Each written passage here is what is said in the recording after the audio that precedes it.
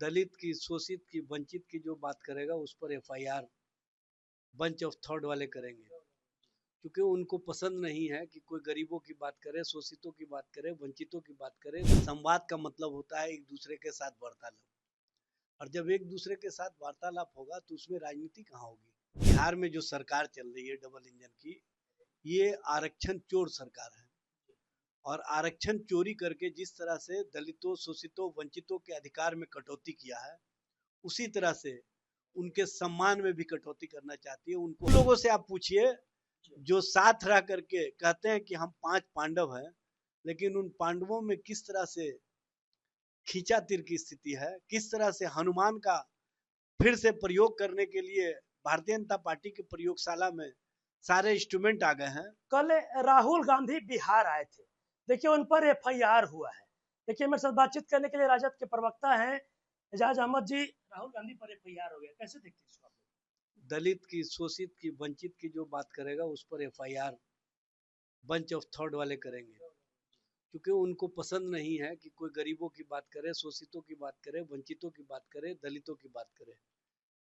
सबको पता है कि अंबेडकर हॉस्टल दरभंगा में कार्यक्रम था संवाद का। संवाद कार्यक्रम में परमिशन की आवश्यकता नहीं होती है। संवाद का मतलब होता है एक दूसरे के साथ वार्तालाप, और जब एक दूसरे के साथ वार्तालाप होगा तो उसमें राजनीति कहाँ होगी।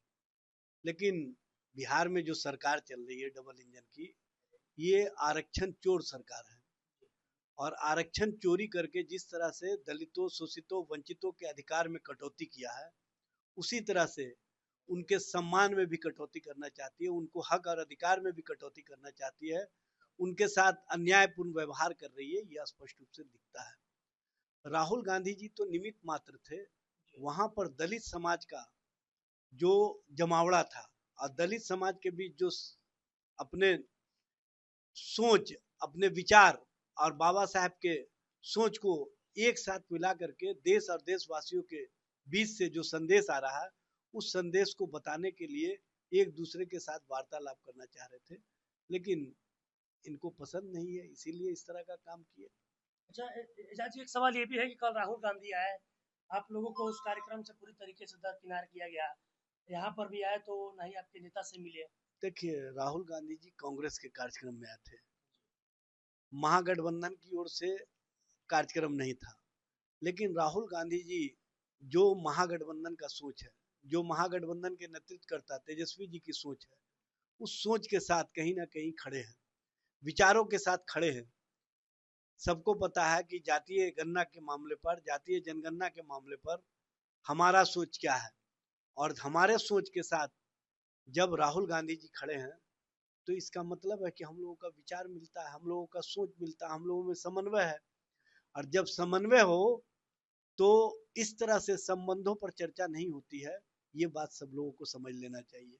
उन लोगों से आप पूछिए जो साथ रह करके कहते हैं कि हम 5 पांडव हैं, लेकिन उन पांडवों में किस तरह से खींचा तीर की स्थिति है, किस तरह से हनुमान का फिर से प्रयोग करने के लिए भारतीय जनता पार्टी की प्रयोगशाला में सारे इंस्ट्रूमेंट आ गए हैं, तो ये बात उनसे पूछिए न कि हनुमान को कब आप इस्तेमाल कीजिएगा।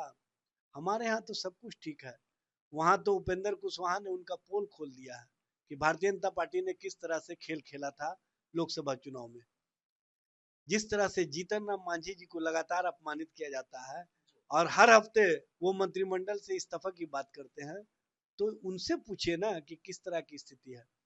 अमित शाह ये तो कहते हैं कि नीतीश कुमार चेहरा रहेंगे, नीतीश के नेतृत्व में चुनाव लड़ेंगे, लेकिन चुनाव बाद मुख्यमंत्री नीतीश कुमार होंगे कि नहीं होंगे तो उस पर चुप्पी साध लेते हैं।